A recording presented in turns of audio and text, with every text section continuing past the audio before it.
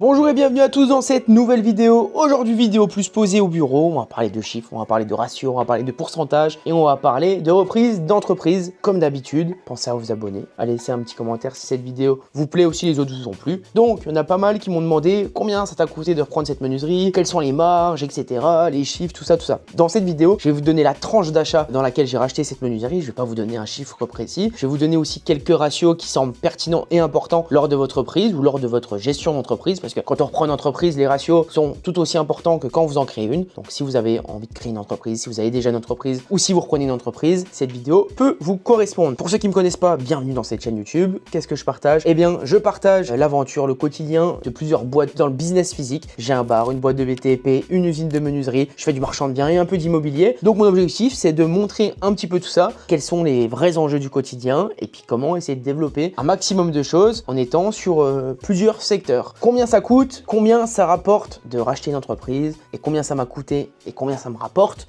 de reprendre cette menuiserie. Donc pour vous donner une idée, ça fait plus de 20 mois, j'audite tout le temps des entreprises de menuiserie, des entreprises dans le BTP, des entreprises dans ce secteur-là parce que c'est un secteur que j'ai commencé à apprivoiser et que je connais maintenant. Et donc j'ai audité des entreprises. J'ai mis en place plusieurs méthodes pour sourcer ces entreprises et rencontrer les dirigeants. Des méthodes que je parle dans l'Académie des repreneurs. Pour ceux qui sont intéressés, c'est le premier lien en description. Allez, je vous coupe 5 minutes dans votre petite vidéo pour vous expliquer ce qu'est l'Académie des repreneurs. L'Académie des repreneurs, c'est une plateforme dédiée à toutes les personnes qui veulent reprendre une entreprise, qu'on soit débutant ou déjà chef d'entreprise, pour effectuer une croissance externe. Voilà, le marché de la reprise d'entreprise, c'est un gros marché. On va avoir plein d'entreprises à reprendre dans les prochaines années. Il y a des énormes opportunités qui arrivent. Donc avec Quentin Doulcy, on a décidé de vous créer une plateforme en ligne où on vous explique tout sur la reprise d'entreprise de A à Z. Et on y inclut même des séminaires exclusifs en physique. Voilà, on a plein de choses qui arrivent dans cette académie-là. Donc si vous cliquez sur le premier lien en description de la vidéo, ça vous rend sur la page que vous êtes en train de voir en même temps. Allez, à tout de suite. Donc j'ai mis en place plusieurs méthodes jusqu'au jour où j'ai eu la possibilité de rencontrer Madame Perry, qui était la dirigeante de la menuiserie Perry que j'ai repris actuellement. C'est une entreprise qui existe depuis 77 ans, donc vous imaginez, j'étais pas encore né, et vous non plus sûrement. Et donc j'ai pu rencontrer cette personne, etc.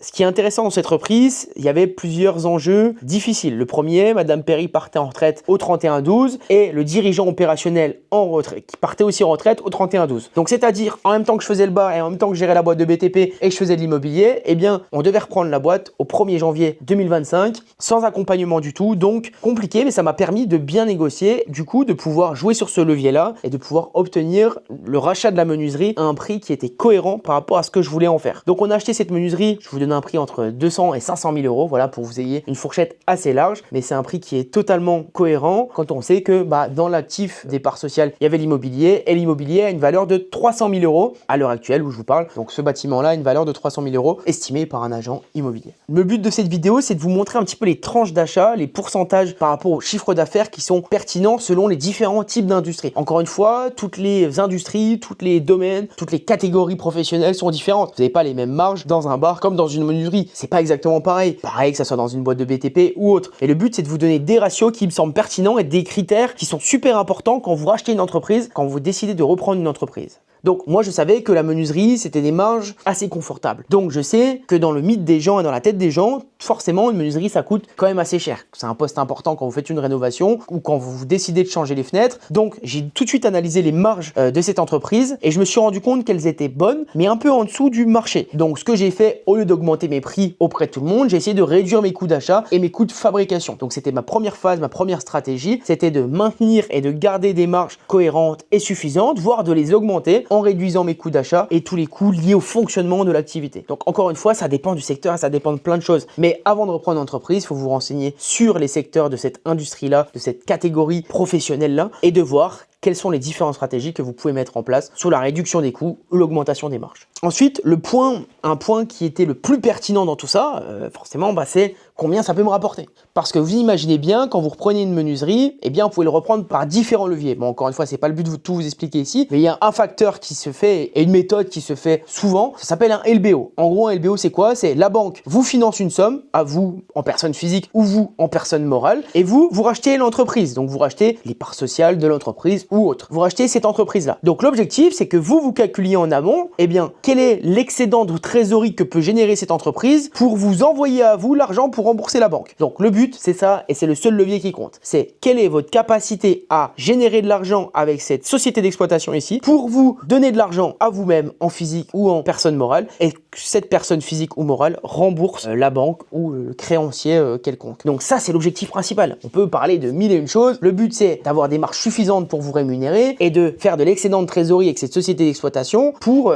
vous envoyer l'argent et puis faire tourner tout ça, quoi. Donc, on peut dire tout ce qu'on veut. On peut dire oui, résultat net, EBITDA, je vous le dirai à la fin de la vidéo, que tout ça, c'est un peu des conneries, excusez-moi du terme, parce que c'est pas ce qui compte vraiment. Et je vais vous expliquer pourquoi. Donc ça, c'était super important. Et moi, quand j'ai analysé cette menuiserie, eh bien, il y avait un PGE, un prêt garanti par l'État qui a été contracté pendant le Covid, qui se finit en 2026, en avril 2026. Donc, j'avais estimé mon risque par rapport à ça. Et ça, c'est super important de le faire. Je m'étais dit, ok, mon risque à moi, il est faible parce que je sais que je dois rembourser tant à la banque et que mon PGE, donc mon prêt garanti par l'État, se finit dans 1 an et demi. Donc je sais que même si je fais un peu moins de volume, un peu moins de marge et je suis moins bon dans le développement que j'avais prévu, je pourrais souffler parce que en avril, j'ai le PGE qui se finit. Donc ça, c'était une analyse que j'avais faite par rapport à ce que j'avais lu sur le bilan et je savais que on allait pouvoir être assez serein par rapport à ce LBO qu'on avait effectué. Donc ça, c'est important aussi de le voir. Quelles sont les dettes, quels sont les investissements à faire en machine, etc. Parce que vous pouvez avoir 10 prêts qui se finissent dans un mois. Si vous avez 10 millions à investir en machine, pas la folie, quoi. Ensuite, quels sont les critères les plus importants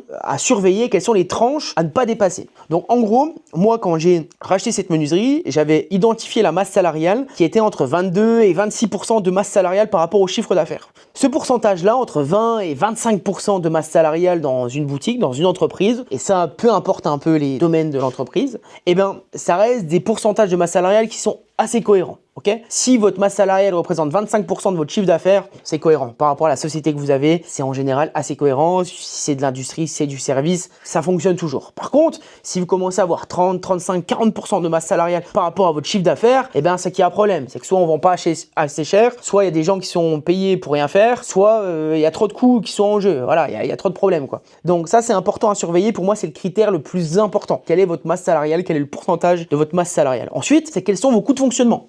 Le loyer, les véhicules, les entretiens des machines, les logiciels. Quels sont les coûts mensuels pour que l'entreprise fonctionne? Ça, pareil, je peux pas vous donner un pourcentage fixe là-dessus, mais en tout cas, je peux vous dire que dans les vieilles entreprises, il y a de l'optimisation à faire. Parce que moi, pour vous donner une idée, quand j'ai racheté cette entreprise, il y avait 800 € par mois de téléphone, quoi. 800 € par mois de téléphone, c'est quoi ça? On est sur un téléphone en or ou quoi? Il y avait un standard qu'on payait encore 200 € par mois, qui avait 30 ans le truc. Donc voilà, il y a plein de petites lignes comme ça que vous pouvez optimiser et qui peuvent vous faire rapidement gagner en coûts de fonctionnement et qui ne sont pas forcément utiles. Donc les coûts de fonctionnement, c'est le premier poste qui est à optimiser quand vous reprenez une entreprise. Et moi, c'est ce que j'ai fait directement quand je suis arrivé dans cette entreprise. Et ensuite, après, quels sont les ratios? Parce que vous allez me dire, oui, et du coup, c'est quoi les ratios d'EBITDA? Combien tu fais d'EBITDA? Combien tu fais de résultats nets?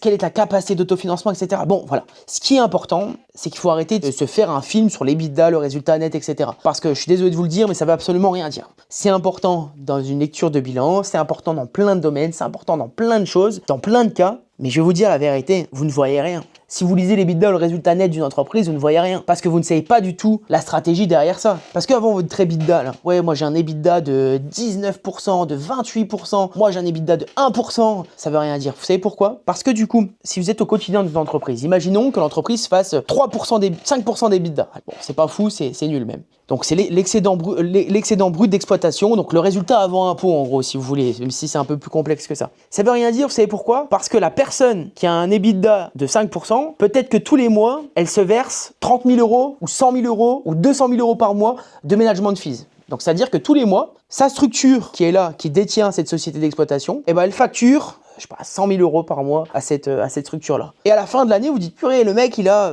3% de résultat net. Ah, il est nul. Mais le mec, ça se trouve, il s'est pris 2 millions à l'année en management fees. Donc, vous savez pas.